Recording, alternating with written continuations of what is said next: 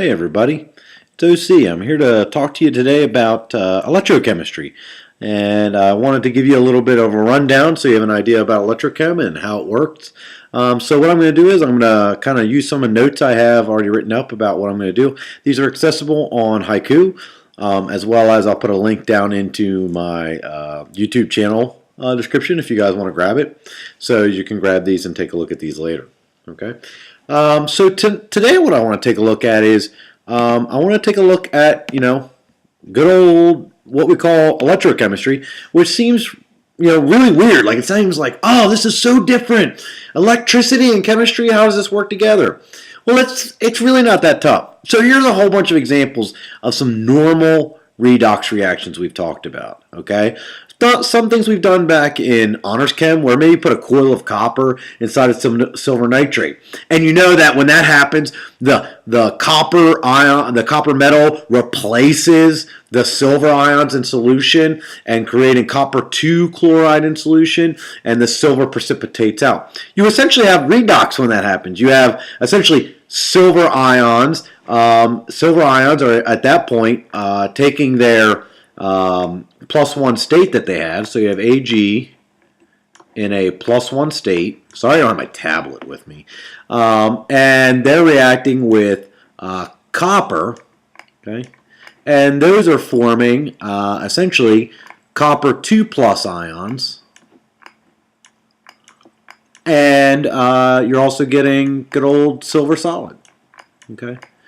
And so we obviously have a ratio of 2 silvers have to take on electrons. So you make actually 2 silver metals. Okay, and so you have a redox process. You guys also have done some work with potassium permanganate. So you know potassium permanganate that we have the redox reaction with like a vitamin C mixture will cause it to go colorless over time. You guys did a redox titration just like that. Okay, and then you guys are used to seeing, iron, get rusted. So you have a piece of metal like steel or iron just sitting around, and when there's a drop of the water on it, we have an exchange of electrons that make rust, Fe2+, or Fe3+ sometimes, and it ends up rusting out your metal. Okay, so we have lots of redox out there, which is really, really cool. Okay. And so what we're going to do here is we're going to take a look at this process in terms of what we call electrochemical or electrolytic cells. Okay, so electrolytic and electrochemical, they're just these two names, but we're going to first look at electrochemical cells because electrochemical cells are what we deal more with. Okay, electrochemical cells are the ones in which we create reactions in which we have spontaneous processes occur, which is really freaking cool. Okay, so first thing we want to take a look at here is what is an electrochemical cell? Well, you just saw a bunch. I mean, these were all electrochemical cells. Okay, if I have this silver precipitate out of solution, that's electrochemical. If I have permanganate oxidize vitamin C and become Mn2+, and vitamin C become carbon dioxide and water, that's again electrochemical. Okay, there's a big difference though. There's a big difference between normal redox and what we're going to do in electrochemistry. So we have these spontaneous reactions that take place. Okay, these really cool spontaneous reactions. Okay, so what we have when we have spontaneous reactions is we have a free electron flow. So delta G is super negative in these cases. And so we're actually going to create an electron flow automatically. Okay, so let's take a reaction. We have magnesium metal reacting with lead 2 nitrate. So again, you can think of yourself. I have a beaker, and in this beaker, inside of here, I have some Pb 2+ ions. And nitrate being pretty darn soluble, we'll kind of ignore what that does for now, though we'll have to watch out for nitrate sometimes.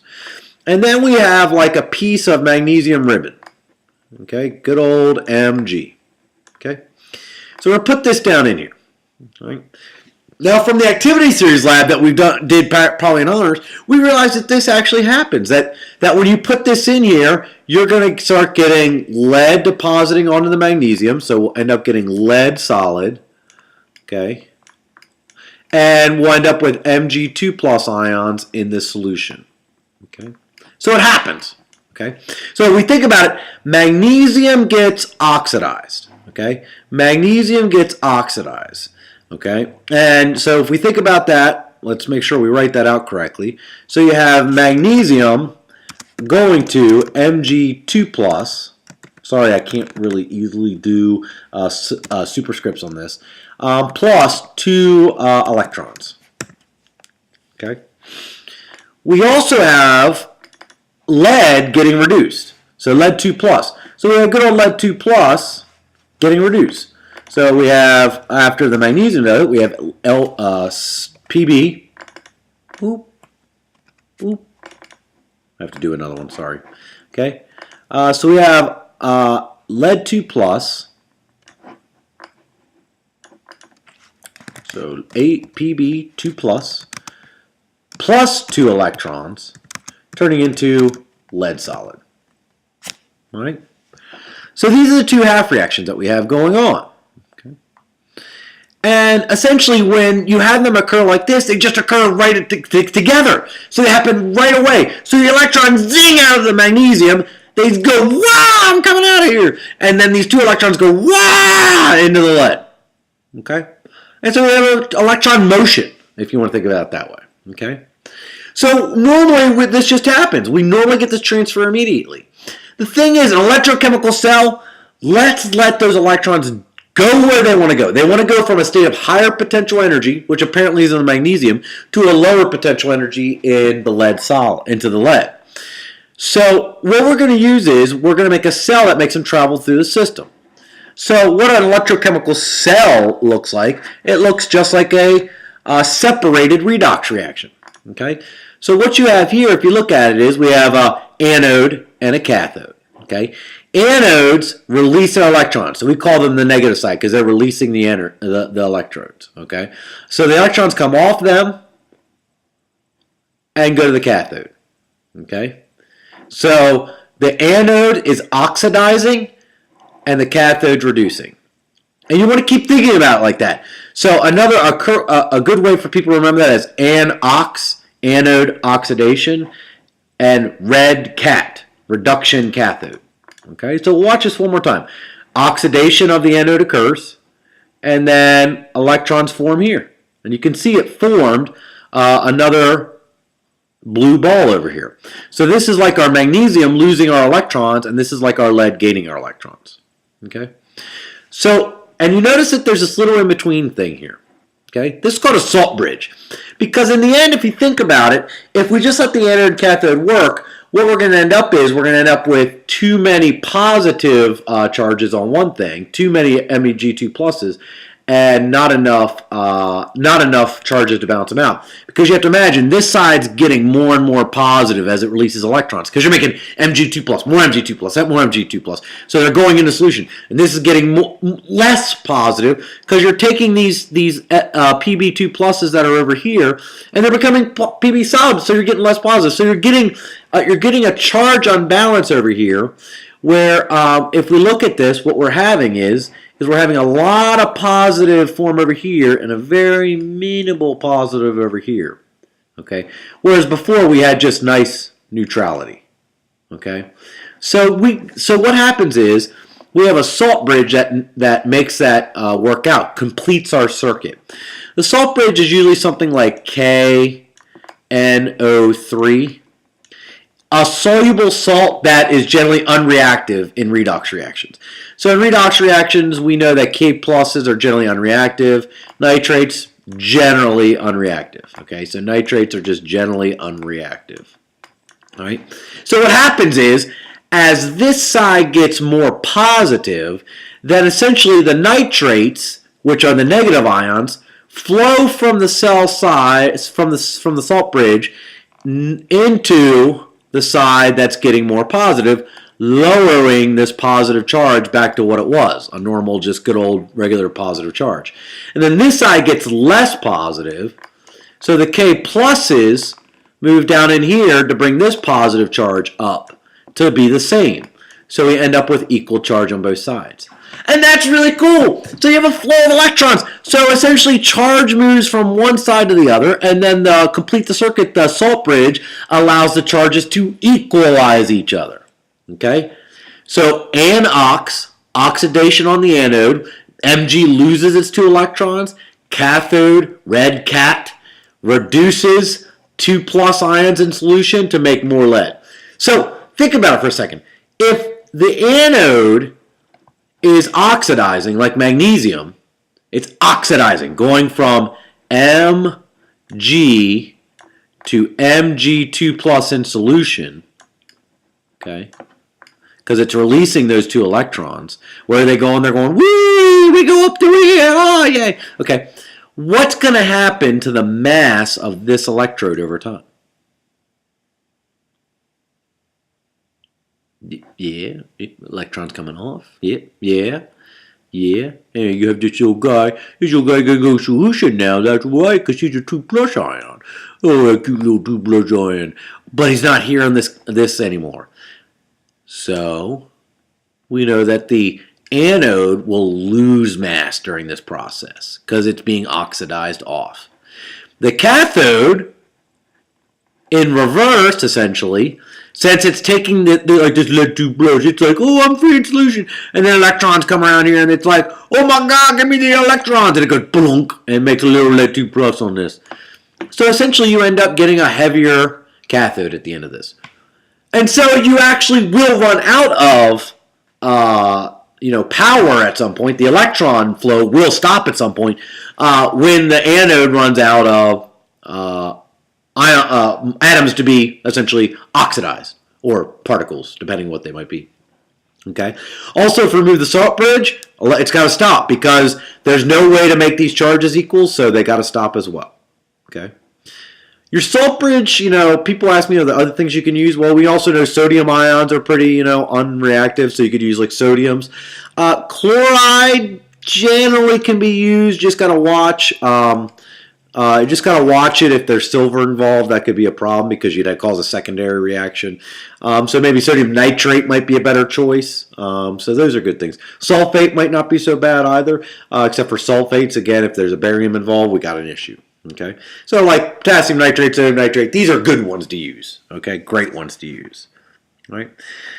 You might say, well, okay, electrons go from here, they go up here, they go to here, and they go to there. What's so great? Well, this is like a nice, like good old chemistry look at a half cell. Another thing you might want to look at, which is kind of cool, is what if we had this setup? Okay, so what I have here is I have 2 electrochemical cells in the form of batteries. So on the bottom of the battery, you might have noticed it has a negative side and then there's a plus side. So the negative side is our anode side. So electrons are going to release off the base of these batteries. Okay, these 2 batteries are connected, so like the plus and minus, so electrons kind of are going to be flowing through it. So electrons are going to come out here and go up through this wire, and then, well, let's see what happens. Okay, so let's replay this. So we got a good old flashlight. Okay, batteries, a switch. Okay, so let's move one frame. Okay, so the battery that we have here is a zinc and manganese dioxide battery. Okay, so nothing new there. Okay, and the electrons can flow through that into the light bulb. So see, it's like, oh, look, guys, we're free, freedom. Oh, we're free. We're gonna go to the cathode and reduce something. Yeah. Oh, we gotta turn this light on. No. Free. And they go here. So it's like we borrow the electrons for a little bit. It's so cool. We borrow the electrons. See, they're like, oh, look, we're going to go. Oh, no, the electrons, we're going to flow through. Yay, we're free. Oh, turn the light on. Oh, we're back. Yay. That's so cool. So we can essentially turn a switch on, complete the circuit, allow the electrons to go through, and it will go, and it will keep doing that. So you can essentially just have this thing go on and on until the anode inside of these batteries runs out of juice. And what's the juice? Some metal. In this case, the metal in this case is going to be our good old friend zinc. Once the zinc runs out, see a zinc outlines this outside here. Once that zinc runs out, the batteries are dead. Okay? So I want to make you think that none of this isn't abstract stuff. This is real stuff. This is actually really cutting edge chemistry. Battery chemistry is where everything's got to be. Okay? All right? So we think about electrochemical cells as redox reactions that we split apart. You know, I'm like, oh, magnesium and lead. Oh, instead of letting you guys do what you want to do, here's what I'm going to do instead. So this time, I'm going to put like magnesium nitrate in here. Okay. So I'll put MgNO3. That'll be my source of Mg2 plus ions. Okay. I'm also going to put some magnesium metal in here. So there's some Mg metal. Okay. And this is in solution. Hook this up, and I'll hook it to a fan this time. Everybody uses a light bulb. Fan. I don't know if I can draw a fan, but we're going to give it a shot here. Whee! Whee! Whee! Fan. This is a horrible fan. Oh, this is probably the worst fan ever. I don't think I'd use this fan ever, people. Okay. And so it comes out of that fan, and then comes back down to another cell that has a lead electrode in it. So that's a lead electrode. Inside of a lead 2 plus, probably from lead nitrate, lead 2 nitrate, lead 2 plus ions. Okay? Oh, wait, this doesn't work yet because we're going to get that uneven charge. So we connect this with a salt bridge of like sodium or potassium nitrate. Okay? All right? I'll remember to bring my tablet next time, folks. So, essentially, the magnesium oxidizes at the anode, and ox goes power in the fan, blue, blowing air, and then the electrons come back out and go to where they want to go. So it's like, you can go where you want to go, but you got to stop here and do some work for me first. Okay? It's pretty cool. That's what electrochemicals do for us. Okay? So you might ask, like, you know, so when you design cells, there's some ideas in mind, okay? First off, you will want to think about your anode and cathode, okay? You know, you're going to want, your anode's going to be the one getting oxidized, so it will lower in its mass over time. We generally put a solution that it has the ion that it will produce there as well. We use that for cell potential purposes. So when we go to measure voltages and things, it depends on these concentrations. So we try to keep it the same stuff, okay? On the cathode side, on the reduction side, we're going to put, again, the ion that's going to get reduced in solution. And we generally, if possible, put the metal that's going to be reduced there. There are some times where you might notice here, sometimes gas or an ion might just be switching, like Fe2 plus might go to Fe3 plus, or Mn2 plus might be Mn4 plus, or Mn7 plus. So you could have all those options. So you might use an inert electrode like platinum or something like that. Platinum is very common because platinum is the bottom of bottomest when it comes to unreactivity. Carbon's used a lot for its non-metal purposes. Okay. And then we have to have a salt bridge. Salt bridge usually contains KNO3 or NaNO3. Okay, unreactive things that will allow the charges to move from one side to the other. Remember, the goal is we got to keep the charges in both beakers equal before and after. All right. You'll see this cell notation a lot. It's our shorthand for describing what happens.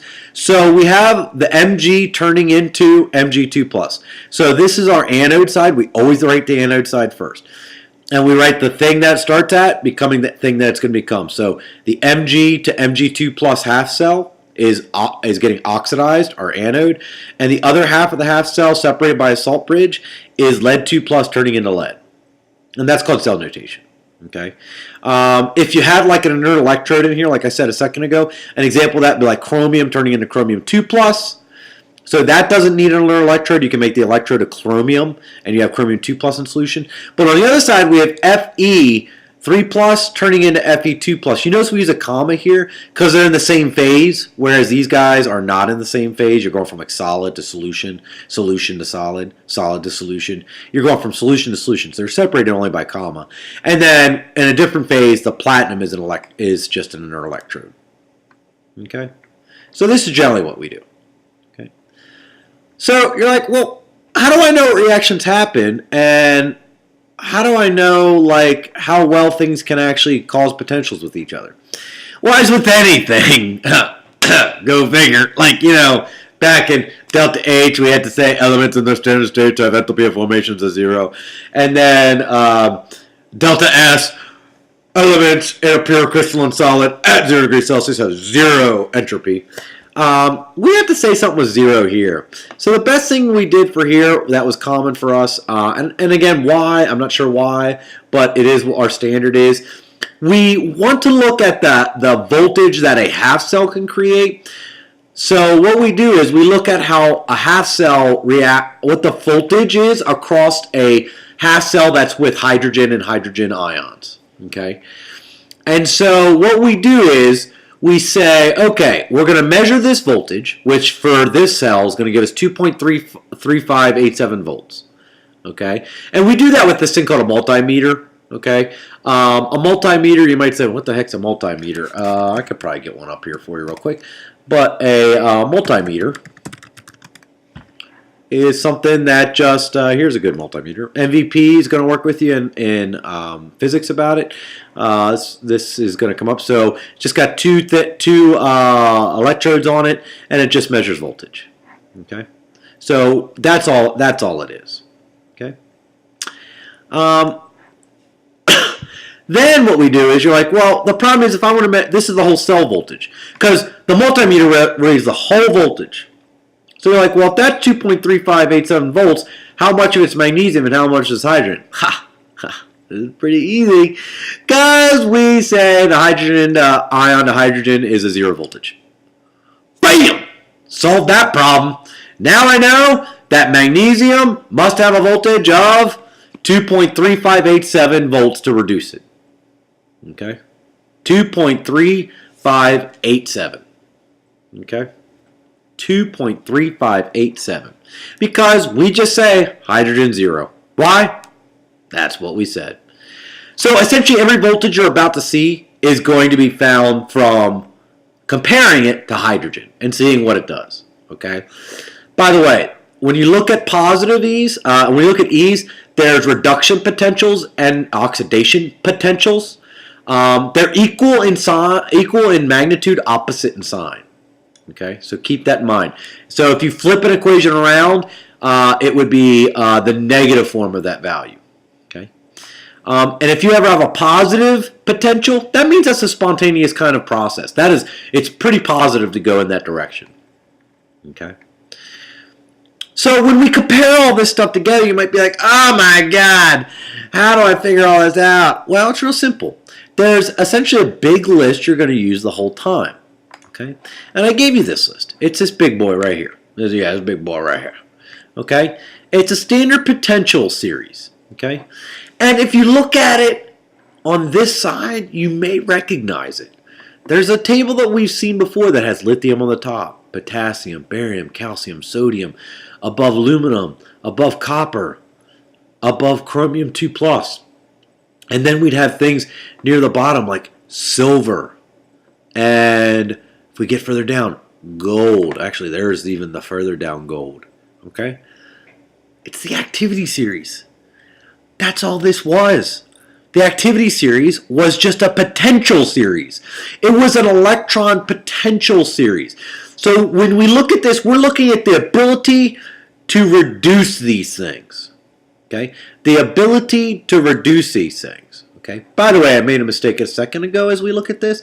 The magnesium 2+ ion, to reduce it, is negative 2.375 volts. So a second ago, I just noticed on that note that I had that this says this is the reduction potential. This is actually the oxidation potential. Okay? This is the oxidation potential, because that's oxidation. This is the reduction. So if we want to look at the reduction potential, it would be equal in magnitude, opposite in sign. Okay. So I wanted to clear that up because you guys know I don't like leaving you behind with mistakes. So here we see that magnesium, to reduce a magnesium to a plus ion, it would take negative 0.2357 volts. That's not a spontaneous process. Okay, it's just not spontaneous, generally speaking, to turn magnesium 2 plus ions into magnesium solid. Okay, so essentially, if you look at it, these elements up here, trying to reduce them is really not spontaneous. It just super sucks. Okay, whereas if you go down here, these things love getting reduced. Fluorine loves. It's like gimme the electrons. Gimme the electrons. Gimme. Because look at its potential. It's like 2.889. Like that's like boss time on the spontaneous spot. Okay, and here's our good old friend hydrogen, big old fat 0 in the middle. Okay, doesn't mean it doesn't cause reactions, just means we assign its potential to be 0. Okay, obey these words down here. Okay, I apologize for this. On this side right here. Okay, on this side right here, we have our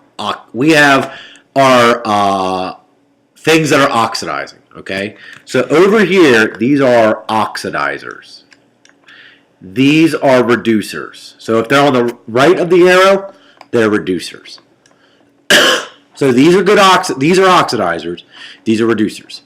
But as you can tell, they only become good at oxidizing down near the bottom. I mean, it takes till they get after hydrogen. They kind of become better oxidizers down here. To fluorine, which is one of our best oxidizers, because it loves sucking off electrons from things. Whereas here, we have our best reducers down here. Lithium, if you think about it going in this direction, lithium's going to have a positive potential for oxidation. A really freaking high one, too. So it loves getting off its electrons. Okay? It loves getting off its electrons. Okay? Potassium loves getting off its electrons. Calcium loves. Sodium. Think about sodium. Sodium is one of those elements you put it in water. It gives water its electrons. It's like water. Here, take some electrons. Okay? We ended up putting copper into silver. Copper can be a reducing agent. Okay? It can reduce. Is it good at it? Well, it'd be a negative sign. That's okay. But it can reduce things that are better with things that are better oxidizers. Okay? So we'll show you how to use this table together. This table you got to keep handy. And realize it's all written in reduction values. Okay? So best oxidizers, best reducers. Okay? If someone said make a good reaction, pick a good reducer with a good oxidizer, you're golden. Like lithium. So put some lithium with some fluorine. So you got the de facto best oxidizer according to this table. Sorry, reducer with the best oxidizer, fluorine. So is this reaction going to happen? Oh yeah, you're right. It's going to happen. It's going to happen. So you're going to get lithium plus ions and F minus ions. Not balanced. Obviously, we'd have to balance this out to be 2 F minuses. Ooh, that's a bad minus. Okay, and we'd have 2 lithiums doing this process too. So it'd be like 2, 2, and 2. Okay. Boss time. Let's take care of this. Okay. So if that's the idea of potentials, how do we use that to our advantage? Okay. Well, first off, here's what I want you to think about. Look at these 4 ions here. Okay. Just determine whether they're oxidizing or reducing agents. Start there. Figure out whether they're oxidizing or reducing using that chart I gave you. And here, I'll bring up this one. So take 30 seconds and try to figure out, are these guys copper 1 plus, chlorate, silver plus, and chloride, are they oxidizers or reducers? Are they oxidizers or reducers?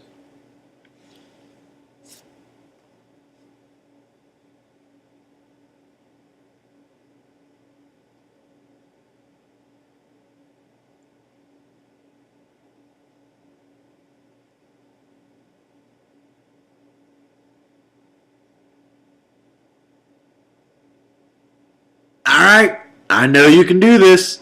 I know I didn't give you a ton of time there, but you probably got some. So first one was copper 1 plus. So you just got to look up, find copper 1 plus. It's on the oxidation side, so we like that. Okay, so it's an oxidizer. It's also on the reducing side, so it can do that too. Okay, if you want to say which one is it better at, well, it depends. Is it a better reducer or oxidizer? It really depends what it's paired with. Okay, it can be paired with things that can actually cause it to be a better oxidizer or a better reducer, but it's essentially both. Okay, sorry about that. Oh, gone the wrong way. Sorry. Okay. So let's take a look at next one was chlorate.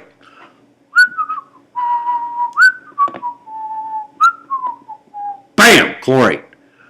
Oxidizer. Nope, not over here. Chlorate is pretty much an oxidizer. Think about it too. Chlorate's in a plus 7 my apologies. It's in a plus 5 oxidation state. Chlorine being a plus 5 oxidation state, you cray. Okay? Like, that sucker ain't going to give out any more electrons, all right? So, it's going to oxidize by taking someone's electrons, okay? We also had silver plus. AGI, not what we're looking for. AG plus. It's a good, it's an oxidizer, okay? And then Cl minus. Oh, not here. Bam! There she is. It's a reducing agent, so it's good at it can reduce. Okay, really well. Not so much. Not so much. I mean, the reverse of this to try to reduce something to give off its electrons is negative. You know, remember we're looking at it being able to give off its electrons in the other way. Not good. Okay. All right. You may see some of these ions only listed in basic solutions. So some things may only occur if there's actually hydroxides present as opposed to hydrogen ions. So this is why I always said nitrate can react sometimes, because if it's in a basic solution, it can happen. Okay. Water can be reduced. So if you had water just floating around, water can be reduced by 2 electrons, and that could cause a reaction. So you want to watch out for these things, that there are 2 tables. This is an acid solution, this is a base solution. But in the end, you can assume that if it's water solution, any one of these can happen because water has equal amounts of base and acid. Okay? All right. So how do I get a full cell potential? Okay?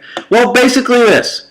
The whole cell's potential is the potential of the reducing plus the potential of the oxidizer. Okay? So let's take an example between aluminum and nickel 2 plus. Okay? So if you look on the periodic table, first off, let's find aluminum. Let's figure out what it's going to do on this electropotential table. Okay? Now I know mine's a little small, so but aluminum's up here on the upper left. So that means aluminum is up, the ions here, the metals here. That means it's a pretty good reducing agent. Okay? Remember, they're good up here. So when aluminum goes backwards, that's a pretty positive thing. That's good. By the way, if it was still negative, that's not a problem. It may still work. Okay. So then now let's find nickel 2 plus. Nickel 2 plus, nickel 2 plus. There she is. Nickel solid and nickel 2 plus. Okay. So this guy, he's an oxidizer. Not the best, but an oxidizer nonetheless. Okay. So let's put these guys together and see what can happen. Well, right off the bat, we know aluminum can't do anything but essentially give off electrons. Okay? So essentially, what we want to look at is that when you write this reaction, we know that the only thing aluminum can do is give off electrons. So aluminum is going to give off its electrons. 3 electrons. Okay? Right. And then we know nickel, being 2 plus, could it give off more electrons? It could. By the way, I guess I should finish this aluminum to Al3 plus. And then nickel's already a 2 plus. So according to that reaction, we're going to take on 2 electrons and form nickel solid. Okay. So these are the 2 half cells. So what I want to do is figure out what their potential is. Well, aluminum ions turning into aluminum is negative 1.68 reduction. This is oxidation. So we reverse the sign on it. So it's negative 1.68. So now in this case, the E of oxidation is going to be 1.68. Okay? So let's look at nickel now. Nickel, 2 plus, adding 2 electrons in nickel solid is negative 0.236. So this is E red of 0. What did I say a second ago? Find it again. 236. Okay. All right. Negative. All right. So what we do is, when we add these two together, you might say, well, don't we have to balance them some way? Well, yeah. Remember, the balanced overall reaction here is going to be 2 ALs plus 3 Ni 2 pluses to form 2 Al3 plus 3 Nis. And that's doing what we did back in Redox. Make sure the electrons are equal by multiplying them by whole numbers. I multiplied the aluminum by 2, nickel by 3, and adding them up. But when you multiply them, this has no effect on finding the voltage. Okay? So in this case, we're going to take the oxidation potential, add that to the reduction potential, and we'll get an overall potential of 1.448 volts. So no matter how many electrons you transfer, no matter what, no matter how many electrons, it only matters if it's being oxidized or being reduced. Okay? Electrochemical cells, they always add up to positive. Okay? Period. A reaction doesn't happen if it's negative. Okay? For instance, let's look at this question. Will cadmium solid reduce Pb2 plus? Okay? So we're asking, can cadmium solid reduce Cd2 plus? Even if I didn't ask reduced, again, cadmium is a metal. So gaining electrons is generally not in the scope of the solid. So we're going to see, okay, cadmium turning into some cadmium, maybe 2 plus, 1 plus. We'll look that up. Okay, you don't have to memorize that. And maybe giving off some amount of electrons. Lead, you might know lead of having a 4 plus, so it's possible it could oxidize, but we know cadmium doesn't have a choice. So we're going to lead, thinking about taking on 2 electrons and turning into lead 2 plus. Sorry, lead solid. Okay, so let's see if it can happen.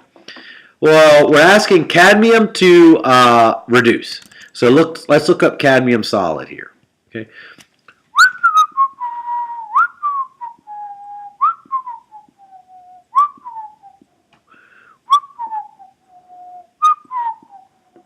This must be too small. There it is. Cadmium solid going in the reduction way is positive 0.402. Lead 2 plus, right here, negative 1.27. So if we add up the reduction of cadmium, the oxidation of cadmium, which is going to be that's cobalt. Oops. I did it again. 0.402. We add that with the lead's negative 0.127, we still have a positive voltage. Notice something. Cadmium was a good reducer, and this was a better oxidizer in respect to each other. Better reducer, good oxidizer. And that happened before. Aluminum was able to reduce lead, and that's available too. Okay. Also, one of our beginning things was magnesium reducing lead. So it seems like anything that's as long as one's on the upper right and the thing you're looking at reducing is on the bottom left, it looks like it'll happen. It'll be spontaneous. Can cadmium react with HCl? So there's a harder question. What could cadmium react with? Well, cadmium is only going to release electrons. So is it going to react with the H or the Cl? Well, think about it. Can hydrogen ions take on an electron? Well, sure. An H plus is missing an electron. So if you add an electron to it, and you do it in factors of 2, you get our good old friend H2. Yes. Can chloride take on an electron? I mean, maybe, but it's nowhere in this table. Okay? So I would disregard it. It's got the electron that the atom has generally needed to achieve a very good stability, noble gas notation. So probably not doing anything else. So yeah, that can happen. If you want to prove it to yourself, cadmium again is right here, H plus below and to the left, and again negative 0.402, but we're going backwards, so it's oxidizing, so it's 0.402 plus 0 is 0.402. So sure, that's going to work. Okay. So that's how you do potentials. Okay. That's how you figure out potentials. It's very, very simple. Okay. So I think this is enough to get you started. If you keep the idea of just making sure you some ground rules that you're going to have an oxidizer and reducer. Things that are good reducers on the upper right-hand side, oxidizers on the bottom left-hand side. Whether or not it is on the top or bottom, if something's a good reducer and its companion is a good oxidizer in comparison, then it will happen. So for instance, like cobalt solid right here will react with nickel 2 plus. They're just one level off each other. Cobalt's just slightly above it. It will happen. Okay, but if you put cobalt solid with iron 2 plus, that's not going to happen because you're asking cobalt to go backwards, which is plus 2.82, and Fe2 plus trying to gain those two electrons, negative 0.409. So 2.82 plus negative 0.408 is a negative potential. That doesn't happen normally. That's not a standard thing that's going to happen. That's not a spontaneous thing that'll happen. Okay. Why all this is super important, folks, is the idea that we want to talk about our good old friends, the battery. Okay. All of this happens because of the battery. And if it wasn't for the battery, electrochemistry would be kind of boring. This is how we store kind of chemical energy and turn it into useful electrical work. Okay.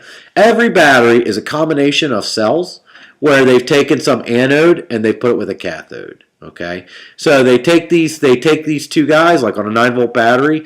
I believe this is our anode. Okay, anode oxidizer. This is our cathode. Okay, so our electrons get released from here, go do work, and come back into here. And what do they power? Well, in 1956, this was introduced to make for the transistor radios. You might even use a D-cell battery. Okay, or even a AA. They're all the same. They have some core. They have some zinc. Sorry, some MnO2, which can get essentially reduced to Mn solid. And then we have the zinc that can actually go out. The zinc can then release its electrons and come back down. So the cathode will then allow the Mn to be precipitated out. Pretty neat. Okay, and so you can then make these really cool batteries out of these things that can power light bulbs because electrons come out, go in, and keep the process going. Okay, until the anode runs out of zinc. Once there's out of zinc, it's gone. That's it. Or somehow the salt bridge gets broken apart. Okay, in these cases, the salt bridges are usually something that has mobile ions in it. Maybe it's not that nice, cute little thing I showed you, but it's the same idea. Okay. All right, guys. I think this should get you started, and I'm sorry I couldn't be there today. So I hope this really gets you started on this chapter. I've talked about electrochemical cells. If you have trouble, please email me. You can Skype me today if you'd like during class, and I'd be happy to do it. If you're watching this video other than an assignment time, then you probably just can't randomly Skype me. So do check that out if you need help, and we will talk about electrolytic cells a little bit later. And those are non-spontaneous processes, but we do some really cool things with those. All right, folks, this is OC signing off. Have a good one. See ya.